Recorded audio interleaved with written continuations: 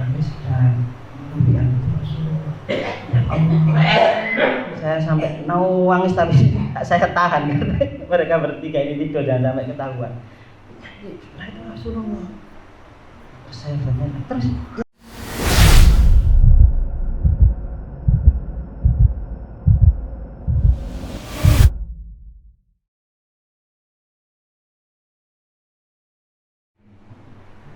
misalnya ke Petampan gitu, bagus kan ya. Ini batal saya ini malah punya gelar Nusantara gitu ya, Pasis gitu punya gelar Ahmad Kalimul Haibah, masih punya gelar Nusantara yaitu ke Geding Pote, ke Cardena. Ini gelarnya, benar. Saya sendiri tidak punya gelar itu. Nah sekarang ke Kiai Gembong Paman, Ustadz Nahran, silakan.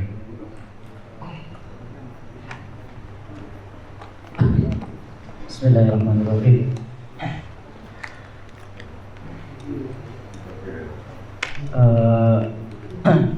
Kemarin kita semua rundingan, saya kebagian untuk menyampaikan hal-hal perjalanan musafir secara umum. Zahirnya musafir itu secara umum. Sangat apresiasi kepada ketiga beliau dengan umur yang tidak begitu muda. Itu bisa sampai perkiraan saya itu keraksan kita nggak apa-apa. Ternyata bisa sampai sini ya, dekat Kampung Kerapu.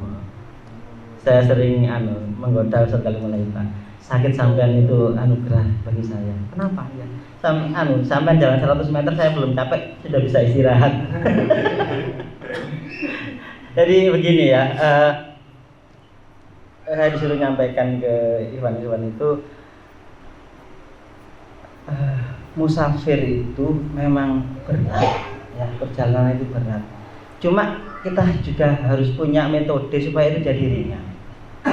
Jadi bayangkan dengan umur setua beliau ini ambil jalan pintas, mulanya enak. Wah, ini kita dikasih jalan pintas begini. Ini Ustadz Ghani memilih jalan pintas dari ini ke dari Kembang itu turun tidak lewat jalur utama, tapi jalur pintas katanya itu. Setelah dilewati, tanjakan dan turunannya berbulu-bulu. Ini mulai, aduh, sama Ustadz Ghani seperti itu. Nah, setelah itu, nanti habis ini enak kok. Kemudian dikasih Morofiam jalan pintas dari Tanggul itu menuju ke Kelaka. Wah, ini enak, nanti rindang di jalan. Setelah dijalani, turunannya tambah berat. Begini, berat sekali. Jadi perjalanan itu berat, tapi terasa sangat ringan. Bagi semua itu merasa enggak pengalaman musafir sebelumnya itu enggak seenak ini katanya itu. Kalau saya jelas enak. Kenapa? 100 meter berhenti. Saya belum capek sudah berhenti, enak saya. Bagi beliau bertiga ini. Itu ya. Jadi jangan jadikan musafir itu jadi momok ya. Terus satu hal yang perlu kita sharingkan itu sering-sering berdiskusi bagaimana supaya perjalanan itu enak. Ini ada salah satu contoh.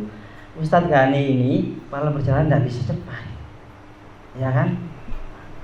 Ya, maklum ya, beliau sering di toko, ya kan? Ustadz Bukhari kayak kapal terbang, nggak usah dibahas. Ustadz Kalimul Haibah itu kakinya kan sampai melepuh, berdarah, begitu. Pecah-pecahnya itu berdarah. Katanya kalau saya jalan pelan sakit, saya harus cepat. Akhirnya kita bagi, udah Ustaz Kalimul Hibah duluan dengan Kiai Bukhari, saya nemani Ustaz Gani. Jadi ada dua kelompok akhirnya. Yang misalnya terlalu jauh ya sudah sana istirahat, sini jalan istirahat lagi. Yang kuat jangan merasa jangan merasa memaksa. Ya, itu karunia sebenarnya bagi yang kuat. Kalau bagi saya yang kuat ya itu sangat, waduh ini karunia dari Allah, keringanan, rukso yang sangat besar selama 10 hari itu. Akhirnya saya balas dengan cara melayani ya, cara melayani bagaimana yang sakit-sakit itu melayani. Dan selama perjalanan itu banyak guyonnya sebenarnya. Tapi ya enggak mempengaruhi ini batin, guyon-guyon batin ya kan. Nah, ini sekali mulai ini ada apa julukan baru ya, pemburu apa? Genitu. Kalau kakinya itu sakit kalau jalan itu pelan, apa itu di pohon nanjak itu sakit gitu. Tapi begitu ada buah genitu jatuh, keparit itu masuk itu. Ini bagaimana? Itu jadi bahan guyonan selama perjalanan itu. Enak itu selama perjalanan ini enak begitu. Tapi tidak mengurangi batinnya, tidak guyon yang terlalu enak. Kita bertiga itu enak. Saya tidak merasakan musafir yang seenak ini. Saya merasakan musafir itu yang ketiga musafir itu musafir sendiri kan. Sendiri itu enak karena bisa bebas kan. Mau jalan, mau berhenti bebas, mau jalan cepat, jalan pelan bebas. Tapi musafir bertiga ini dengan kondisi yang macam-macam itu enak terasa dan mereka semua bilang juga ini paling enak musafir. Ya, dari pesan kami berempat kepada yang lain itu pakai metode yang memang berat musafir itu, tapi ada metodenya supaya merasa enak, nyaman, merasa nyaman, sehingga kita tidak mengeluh, akhirnya bisa nerima itu pesan-pesan batin itu bisa nerima. Banyak berdiskusi kita, oh ini sakit. Bagaimana caranya supaya bisa sama bareng. Dua kelompok akhirnya. Itu pesan dari kami berempat yang disuruh saya untuk menyampaikan ya, supaya musafir itu tidak jadi ngomong, waduh musafir bagaimana nanti gini. Itu Ustaz Kalimul Hibah itu kalau ada matahari yang terik itu saya guyon, masa nggak bisa narik awan untuk matahari, katanya punya kures hebat itu. Jadikan guyonan sehingga terasa enak ya, sangu ya pas-pasan juga ya. Akhirnya saya bagian ngatur bagaimana ya, harusnya makan itu berempat ya porsinya berduaan 2 aja. Itu berempat porsinya 2 aja, yang penting bisa makan. Tapi alhamdulillah dapat banyak bantuan itu. Selama perjalanan kita juga banyak komunikasi dengan pengurusnya musola, masjid gitu, supaya mereka juga tahu ya kalau nanti ada ikhwan musafir itu tidak kaget. Dan mereka welcome sekali. Ya, Pak mau numpang duduk. Oh tidak apa-apa duduk di sini. Tidur juga tidak apa-apa. Mau di dalam ada AC-nya, saya bukakan. Enggak. Banyak yang seperti itu. Sampai terakhir itu pengurusnya sudah makan. Sekali malah belum. Dibungkuskan nasi akhirnya. Iya. Masjid-masjid musola itu welcome, ya kan, welcome sekali. Asalkan kita juga ya, jaga kebersihan, ya, menjaga akhlak. Kita juga sering evaluasi kemarin tuh berat kenapa ya? Oh, kebanyakan beban harta itu. Pisangnya banyak. Oke, selanjutnya jangan seperti itu supaya akhlak musafirnya dapat. Ya. Banyak berdiskusi seperti itu.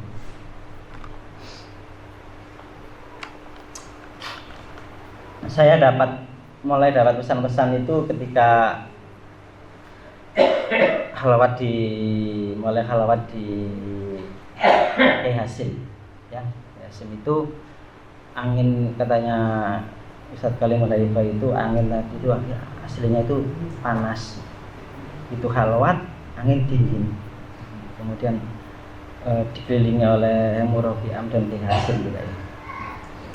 Dan angin itu enak semilir begitu. Saya ngomong tadi itu dikelilingi itu oleh murabi am dan Ki Hasim, keliling itu mereka sehingga dijaga. Di akhir halwat itu saya diperlihatkan sebuah pohon, buahnya warna hijau. Ada dua ikhwan, ada dua orang ya.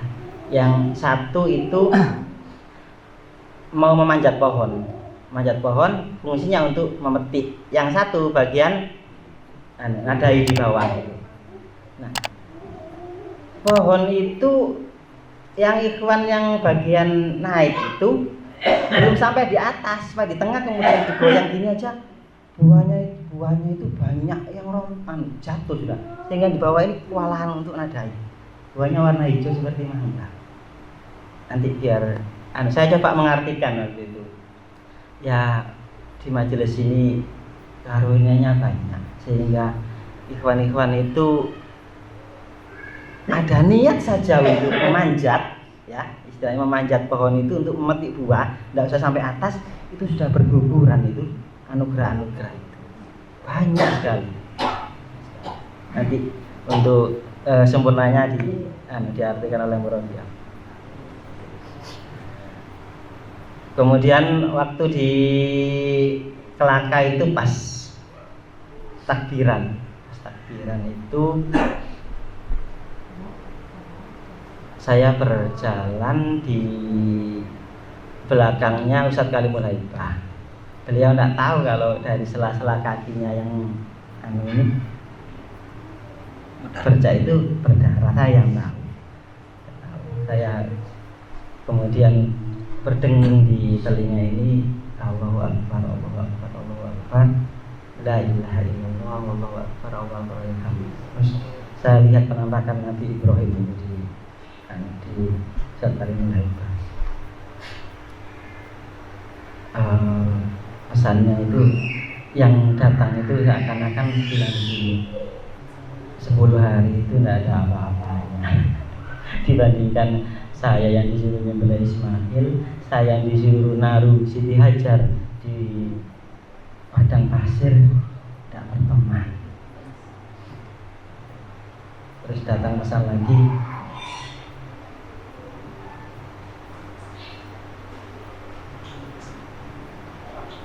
lakukan sesuatu yang tidak lazim kalau itu perintah. Menyembeli anak Ismail itu mana tahu Nabi Ibrahim kalau itu akan diganti dengan domba. Itu kan akan berurusan dengan hukum kalau kita sekarang. Tapi karena itu perintah dilakukan. Allah yang akan mengganti semuanya. Yang tidak lazim, yang kekhawatiran kita itu kalau tidak lazim begini nanti akan begini kita. Itu Allah akan mengganti dengan karunia. Misalnya ke saya.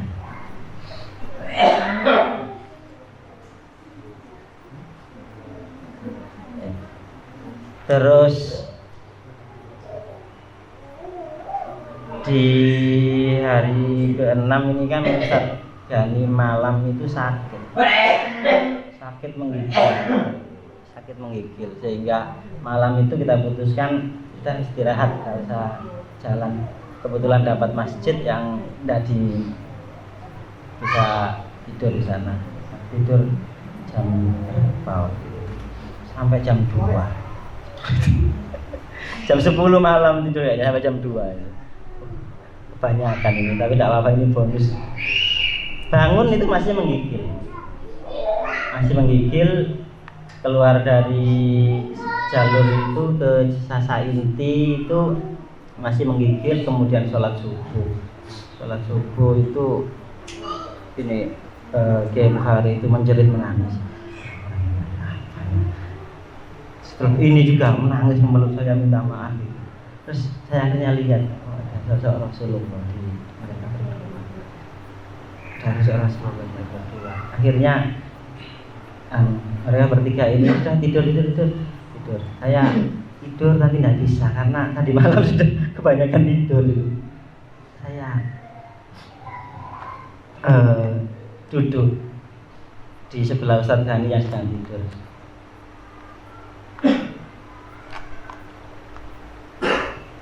Terus saya salawat pada Salatullah salamullah ala toha rasulillah.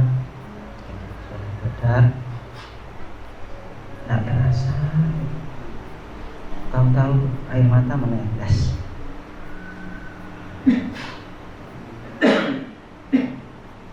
Sampai tidak sadar itu saya, salawatnya tidak sadar. Lalu saya lihat Murabi'ah bersama seseorang itu jalan di pematang sawah. Jalan di pematang sawah mendekati ke kami.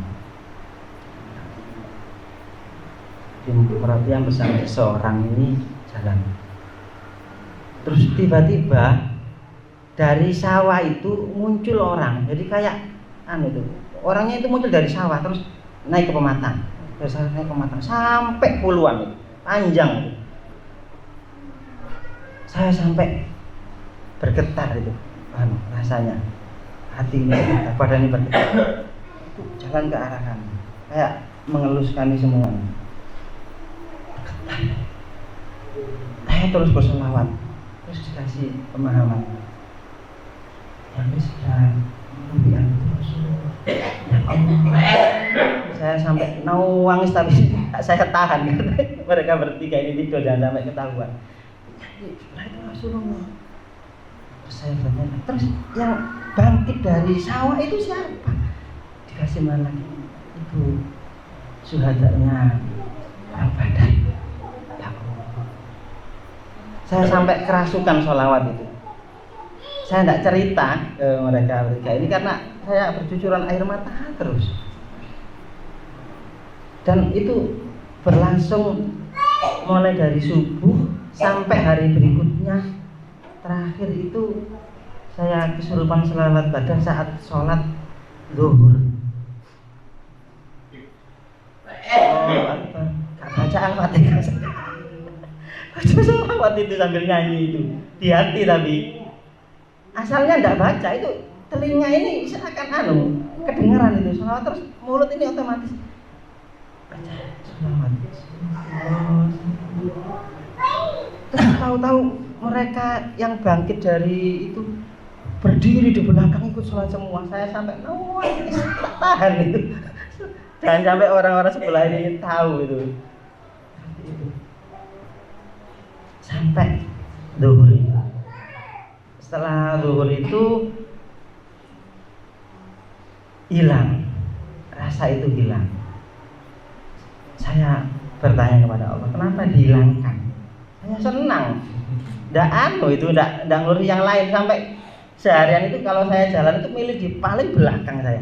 Udah duluan deh. Saya tutup muka saya dengan sarung itu sholawat Badar terus. Dan mata bercucuran. Nanti kalau istirahat itu saya usap. Biar mereka tidak tahu ya. Saya ceritakan juga.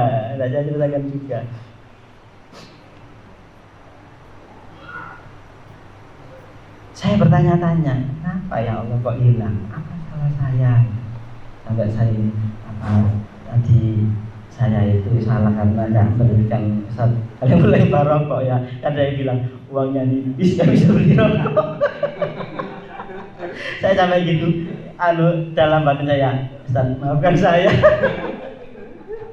Saya minta maaf ke Bapak Bukhari juga lewat batin, semua saya minta maaf lewat batin. Saya bertanya-tanya, dapat jawabannya itu setelah hari berikutnya itu di waktu sholat zuhur juga. Setelah itu cari-cari mangga di dishub itu. Di depannya dishub itu ada gazebo, kemudian ada mangga-mangga jatuh, itu lumayan lah. Dapat keringanan kan, tidak puasa di hari tasreh masih itu. Terus saya sholat zuhur itu dapat jawaban. Katanya begini. Kalau kamu kerasukan sholawat Badar terus, kamu tidak peduli dengan yang lain. Terus kamu juga tidak bisa menerima wajah-wajah Allah dalam bentuk yang lain. Hanya itu aja. Syuhadanya itu yang kamu ingat. Karena saking senengnya saya itu. Saking senengnya tidak ngurusi.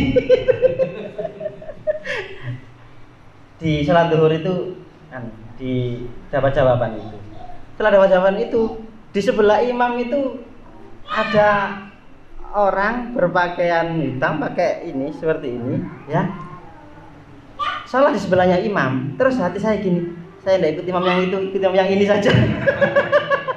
Itu ya. Akhirnya saya nangis lagi di situ waktu sholat itu. Ya Allah, saya siapa ya ini itu. Terus setelah salam, saya imamnya kan wirid itu ya. Saya wiridnya lir gitu.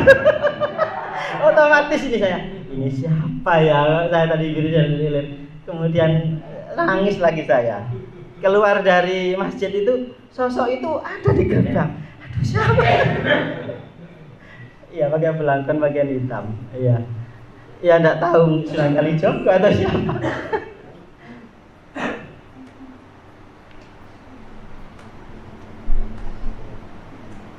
Dan akhirnya dapat jawaban seperti itu, tenang. Oh, saya harus melihat wajah Allah dari sisi yang lain. Setelah siang itu, kemudian saya berjalan itu, saya lihat banner ada anak-anak apa itu kecil pakai kerudung. Nanti saya menangis, ini wajah Allah bentuk yang lain. Nanti ada yang lain wajah bentuk yang lain. Akhirnya saya tak mundur saja daripada saya ketahuan kalau nangis. Gitu. Sampai ada pesan juga, tapi nanti aja. Di terakhir kan kita halwat tadi itu di Asta Tinggi, di penjelasannya